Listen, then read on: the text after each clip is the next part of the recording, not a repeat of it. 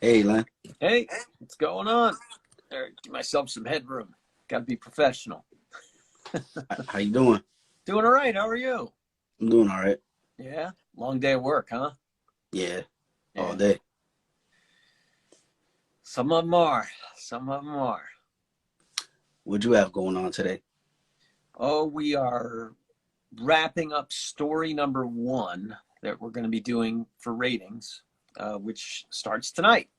During the ratings period, of course, that's when they set ad rates based on your audience size. So certainly they have us doing a few stories that might be a little bit more special to get folks to watch at 11.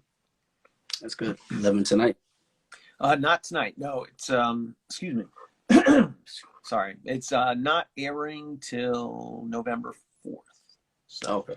mark your calendar. I'll be watching that. Yeah, it'll be a good one. I think it'll be a good one. I So can't what's tell you too much. Trying to think what I could tell you. It's a story about crime, okay. and it'll probably be some eye-opening stuff in terms of the way certain crimes have been carried out lately and what you can do to keep yourself safe. Oh, that's gonna be a good one. Yeah, I think so. And we have a lot of video, so you're going to see exclusive video that you haven't seen anywhere else showing how this goes down. So, Okay. hopefully it'll help folks. That's what we want to do, right? Yeah, I think it will. Yeah. So what's a couple of news updates? Oh man, so much going on today. So much. Usually, strangely enough, Thursday is one of the busiest news days of the week. In all the places where I've worked, it's either been Thursday or Friday. And in Virginia, North Carolina, it was usually Friday. It seems like here it's always Thursday. And I think it's just because a lot of people in Connecticut take a 3-day weekend. And, you're sort of, how you get a lot of projects at work sort of will come to their culmination like on Friday or maybe Thursday because, you've worked on it for 3-4 days and projects take time. Yeah. So I think that for whatever reason, a lot of these projects are projects that government people do, right? And so we cover government a lot. Government impacts everybody so much. So, for example, one of the biggest stories today is that President Biden has unveiled his social program that he's trying to get through Congress, which is, of course, incredibly difficult because it's so divided, first of all, and then even his own party is divided. So originally, the plan was, I believe it was 3.5 trillion. Oh wow. Yeah, I know it's huge. I mean, it's got a lot of stuff in it to help people, which is important. Like a lot of daycare things because that's such a difficult issue that keeps a lot of men and mostly women out of the workforce for no good reason. And then a lot of housing assistance, a lot of infrastructure. It's all combined. It's extremely complicated. But bottom line is, through negotiation, they got it down to about 1.75 trillion. Everybody's a little happy. Everybody's a little angry. So it sounds like, at least on the Democratic side, I don't know how many Republicans are really happy about it at all because on a party line, they're against it.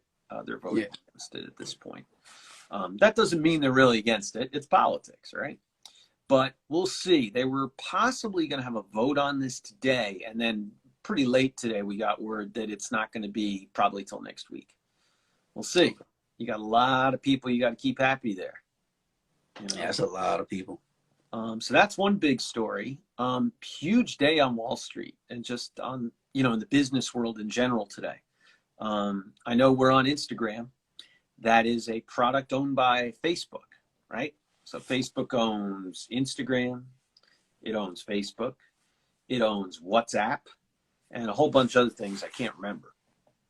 And do you know any? Do you remember any? Because No, I just know those few.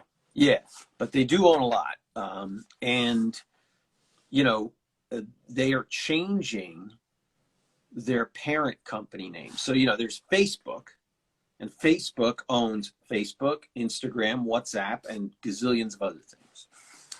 And they announced today that they're changing the name to Meta. Yeah, I seen that. META.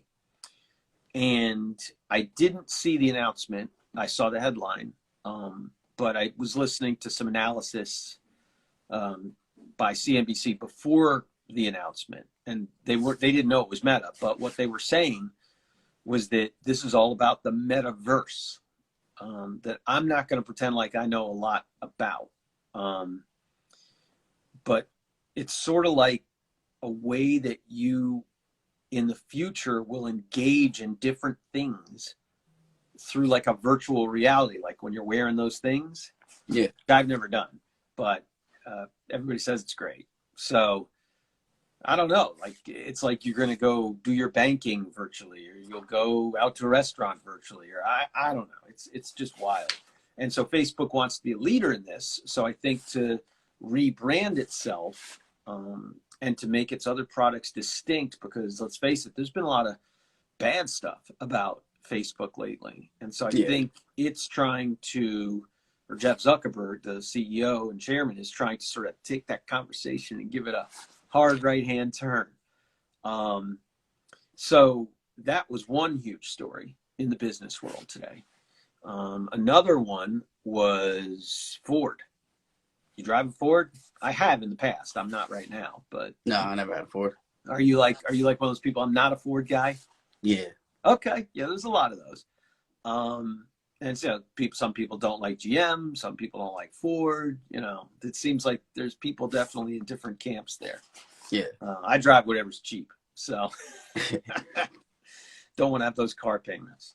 But anyway, Ford, you know, was in some really tough times for a long time, going all the way back to the Great Recession, you know, that happened right at the end of Bush and right before Obama around 2008. Yeah. Ford and all these other automakers were in such dire straits that they got billions of dollars given to them by the federal government in a program that was called TARP, I believe was the name of it. And a lot of people, you know, they didn't think Ford was going to make it, and some of the other companies, I think GM also. And so it's been sort of in a real rough pattern for years. It really has had to rebuild itself. I mean, the F-150 is always very popular, but the cars and then the changing of the cars, you know, getting into hybrids, and Ford was late on that, and now we're at electric, and Ford's been late on that, but now they're like surging. They supposedly are trying to catch Tesla, which is pretty wild. So their numbers were really good on Wall Street today. And I guess their quarterly earnings, and they restored their dividend, and the stock is the highest it's been in 7 years. So big news there. The other big news on Tesla came out 2 days ago. This is wild. Did you hear this one? They got an order for 10, I believe it was 10,000 cars from Hertz. Wow. That's crazy. Isn't it? Yeah. Yeah. So those are a few of the things. I wrote down one or two others. Oh, yeah. So, oh, wait a minute.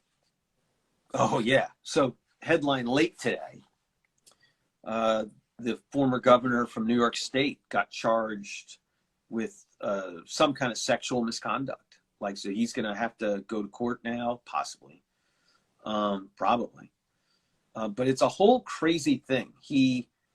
It was definitely someone who made an allegation saying that he groped her, like grabbed her under her blouse. Wow. Not good. But it was strange how it was carried out.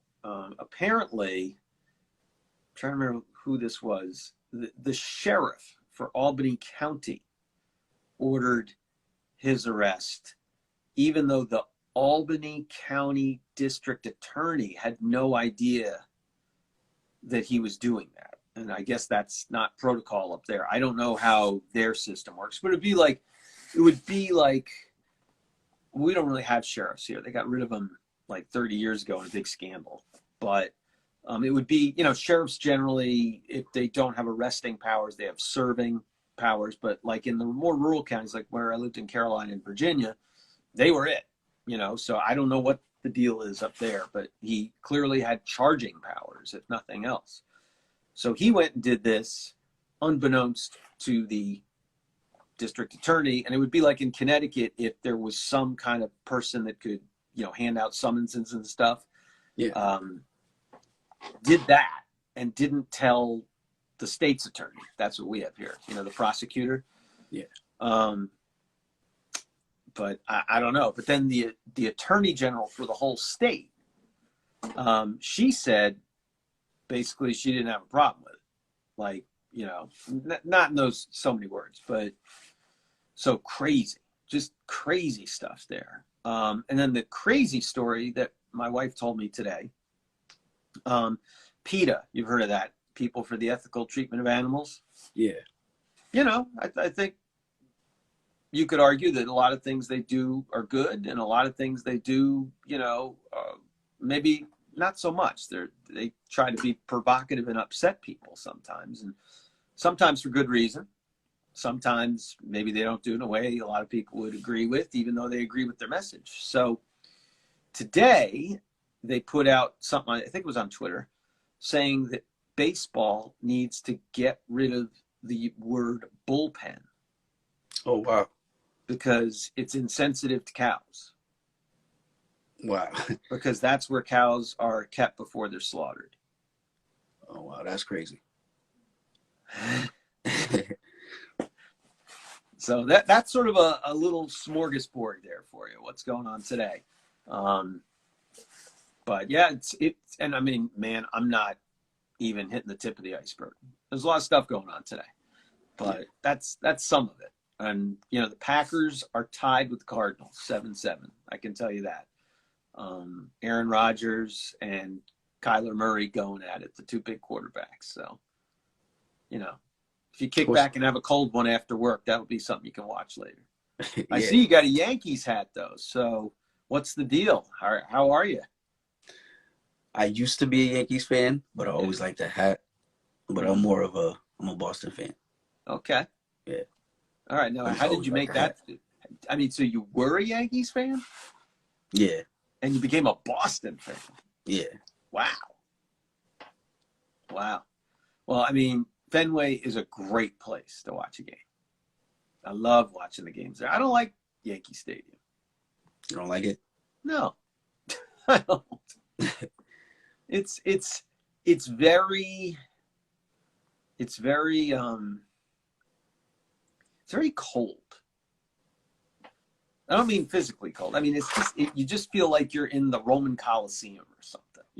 You feel so small and so insignificant. And at Fenway, it's like you're right on top of everything. And, you know, you feel the history.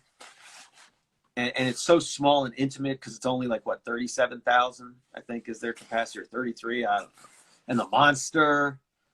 I mean, it's just, there's something about going to a game there. I just like to think that you're in a ballpark that someone was sitting in 1933 or whenever and same. I mean, obviously not the same, but generally the same feel. That's crazy.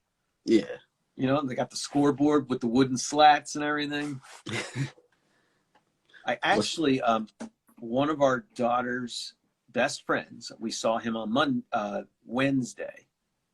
Tuesday, because she was playing soccer. She plays college soccer, and she was playing in Boston. That's where he lives. This friend, they grew up in town here where we live, and he works for the Red Sox. And yeah, it's cool. He was telling me he's got a security job where, like, on a day of a ball game, he's got to show up at like 5 a.m.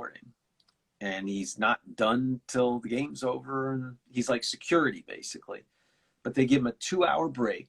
And so like he could take a break during part of the game, sit and watch the game. And he's like, obviously a huge baseball guy. So he's just loving life. That would have been a cool job to have as a young man. Yeah. That sounds like fun too.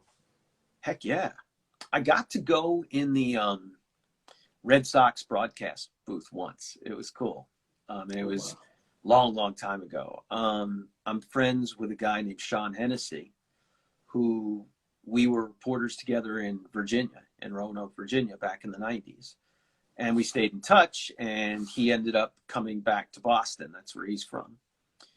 And we just met him one Saturday. He got us tickets because he had friends at Nesson. And excuse me, our affiliate is Necken, and then there's Nesson. Sorry, but New England Sports Network. And he's like, "Hey, you want to go up and see Rem Dog and Sean McDonough in the booth?" Like, or Bob or Don Orsillo. I think McDonough was gone by then. I was like, "Heck yeah!" And it was myself and my wife and our then 1-year-old daughter were in that booth, and it was. You look down, and it's almost like, and I'm not scared of heights, but it was scary. It's like you're looking down, you're really pitched, you know? Yeah. So, but it was cool. It was really cool. So, I mean, whatever tour you can take there, take it. I got like a personal one. I would go back to get the one that you can do. I think they do it in the off season, especially, and maybe when they're away during the regular season. But I checked that out. Cool place. Yeah, I'm gonna check that out. Yeah. You know, I don't want to take too much of your time. I really appreciate you for doing this. No, yeah, it's good. It's good checking in, and you're working too hard. Make sure you relax a little, okay? Okay. Kick back and have a beverage, watch the ball game. I think I'm going to do that right now. Okay. Yeah. So next Tuesday. Sure, let's try. Let's Okay. try. I was sorry about this Tuesday, but I was doing this whole soccer thing, and we were driving in the rain, and I forgot about it because I was so focused on driving. Nah, it's okay. I know I'm you're sorry. busy. It was my bad. I am sorry. It's okay. But I know I'm you're here busy. tonight. Okay. Really appreciate it. Nah, no problem. You are a professional, and you're doing great, my friend. Thank you. Appreciate it. All right, you talk. All right. Talk soon. Okay. All right, bye-bye.